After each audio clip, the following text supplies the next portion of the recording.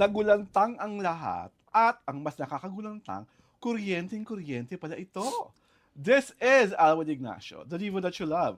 Together with Miss Kumaring Ulsa Maldita, Hi, this is Alex Bros. you are watching the Hitty Show, Tarayan na Talakayan Showbiz Edition. So, ito na nga, ang balitang nagpawindang sa lahat ng mga tao sa Showbizlandia na binigyan po naman ng pagkabonggang-bonggang espasyo ng mga major broadsheet, may tabloids, at pati na rin ng mga online portals na nanginginig na dapat sila ang mauna. Yung pala, super duper mega kuryente.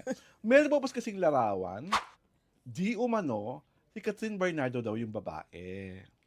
Kasama si Mark Alcala sa isang yayamaning restaurant at ang drama-rama sa hapon, may isang fan na dating Katniel, tama ba ako, Mare, na nag-post ito and her Katniel heart was broken simply because nakita niya from wherever she was seated, kasi obviously she was seated, kinunan niya ng picture, si the girl with Mark Alcala na after a while, anong nangyari, Mars? Hindi. Kasi kwento mo.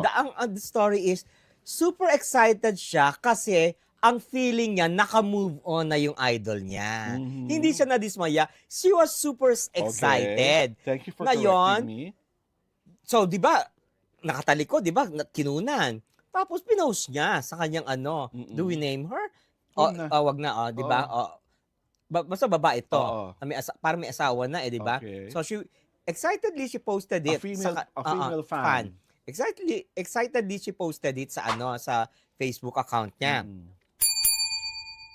Alam mo naman ngayon, di ba?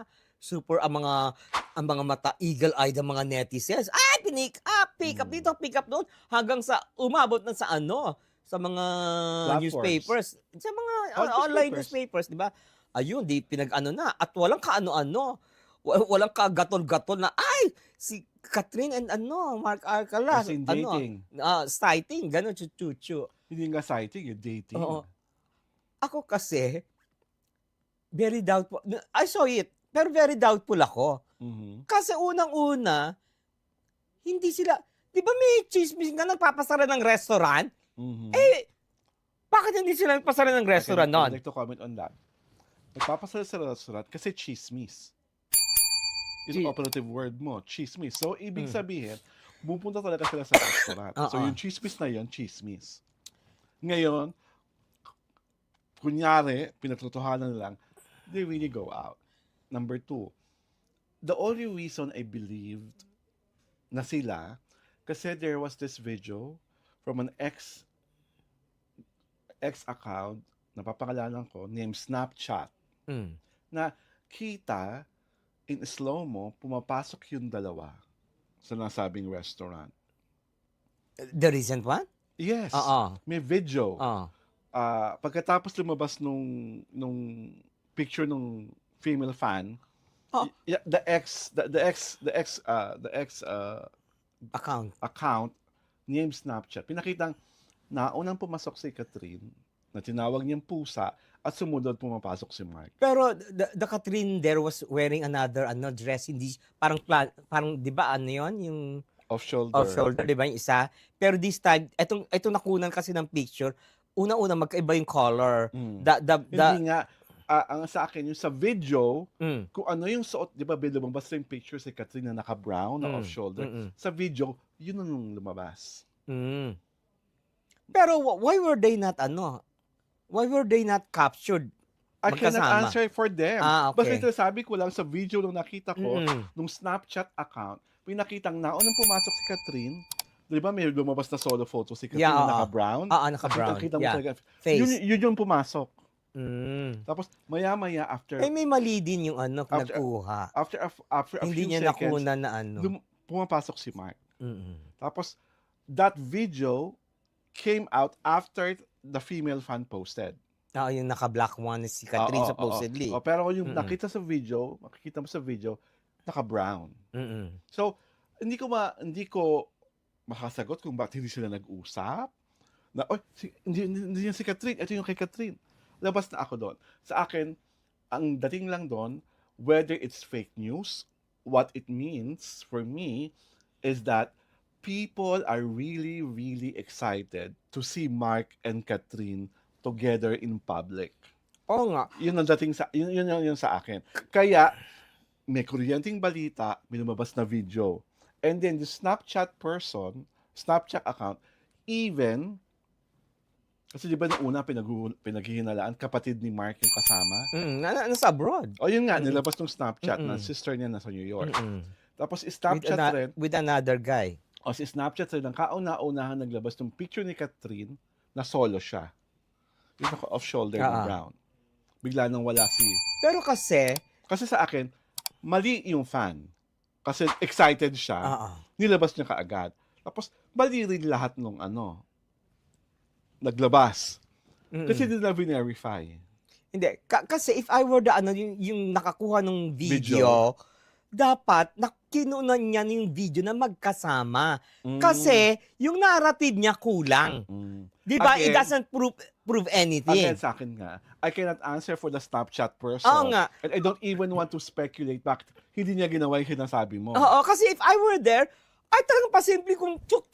Di ba? Ganun-ganun para at least you were the very first to post a picture na magkasama sila, ending all speculations, diba? ending all chismis, ending all rumors. Sa akin, malay mo naman, diba? one of these days, because he really wants to be controversial, the Snapchat account will maglalabas ang video na magkasabi sila, or may picture together. That I don't think so. Diba? Kasi kung meron siya, nilabas na niya. Well, sa akin, labas ako doon. Pero sa akin nilabas lang, na niya nakita ko kaagad. lang what I saw sa video that he or she posted. At saka kasi, Catherine is being compared to her ex, kasi malaya si Daniel.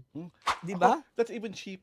That's a very cheap, that's a very cheap shot. For people to say na kaya ito ginagawa ni Catherine is simply because si Kyle at si Daniel ay malayang nakakapaglandi at lambingan.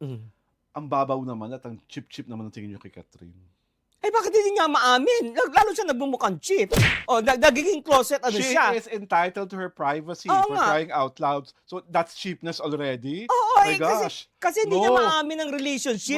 Pag hindi ka na inamin na ano mo. Kahit pa hindi niya maamin ang relationship, karapatan niya pa rin yun. Ay, no. Pag hindi niligawan ka, sinagot mo, hindi ka ba amin? Hello? Diba? What does it tells people? Di ba? Na hindi seryoso, di ba? Ganun lang yun. I cannot. Bakit ka nanligaw sa isang babaeng gusto mo, sinagot ka, tapos hindi mo kaya ipangalandakan? Hello? Diba? Ano yun? Lokohan? Kanila na yun.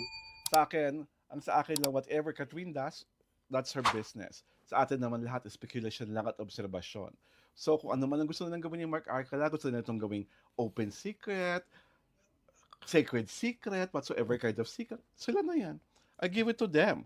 Because who are we to push them to make amen? No, we're not pushing them. Kasi ang problema kasi sa mga celebrities,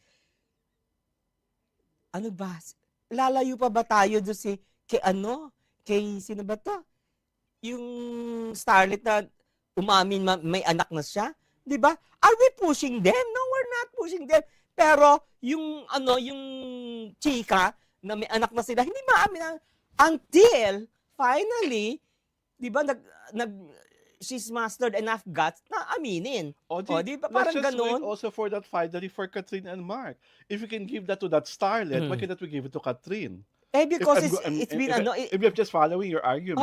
Because it's parang ang nangyayari kasi yung nakukumpara silang dalawa na parang sinisiraan si Daniel ng ibang Katniel fans, tapos napupunta din sa kanya ang pula. Well, ang diba? may kasalanan talaga yung mga dating Katniel fans. I don't even think at this point in time Catherine cares anymore about Daniel, because I'm sure she is happy with whatever is the present relationship. The same with Daniel. He doesn't care anymore. Kaya nga, so, ang dapat mag-stop na mag-feeling at mag-care yung mga funny.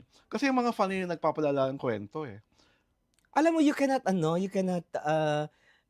antag dito, blame them. Kasi without, will there be a Katniel? Without those fans? Alalahanin mo, lahat ng celebrities na nasa love team, they owe their careers to their fans. Yes, I know. Di They ba? owe their career Oh, to their fans, kaya, but the fans should also know for a fact na kung hanggang saan lang sila pwedeng mangialam. oo, Kasi talagang ganon. obviously, Pero, lahat nangingialaman nila. oo, pero, Kasi di ba, yung mga katil na kung magbitaw din sila, nasa kamay din nila yon, di O di ba? magbitaw na sila. Kasi alam mo, ang ano ko dito, ang naano ko, celebrities are merchandise. Okay. They have to be sold. Pag hindi na sila nasa-sell, nasa-sold, wala na sila. Ganun lang naman yun eh. Di ba?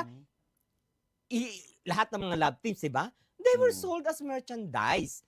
Di ba? Talagang sila, talagang, nilalako as merchandise, chuchucho. Maraming bumibili, di patok. Pag wala nang bumili, where does it leave them? Di ba? Well, kasi nga yung merchandise na Katniel, tapos na. Pero, ang tawag na, tapos na, pero, the fans. Kasalanan ng mga fans. Kaya nga, ganun nga Sila may kasalanan. Sila nagpapalala ng sitwasyon. Kasi for example, yung Katniel fans na hanggang ngayon nagdadululo pa na pwedeng magkabalikan sa alalahanin mo, Katniel, Catherine and James Reid are coming up with a series, di ba? So, yung mga Katniel fans, they can they can not... They can accept James Reid simply because alam nilang it's all work. Pero tawag dito? Siyempre, matagal na naka-angkla si Catherine at si Daniel. 11 years, di ba? 11 years, 12 years, di ba? It takes time for these fans to alam mo mga fans, di ba? Delulu nga, di ba? The fans can accept the James Reid and Catherine Bernardo partnership simply because alam nila it's all work. Ang hindi nila matanggap, kasi alam nilang may semblance of truth. Yung Alcala at Bernardo. Kaya doon sila napapraning, doon sila gigil.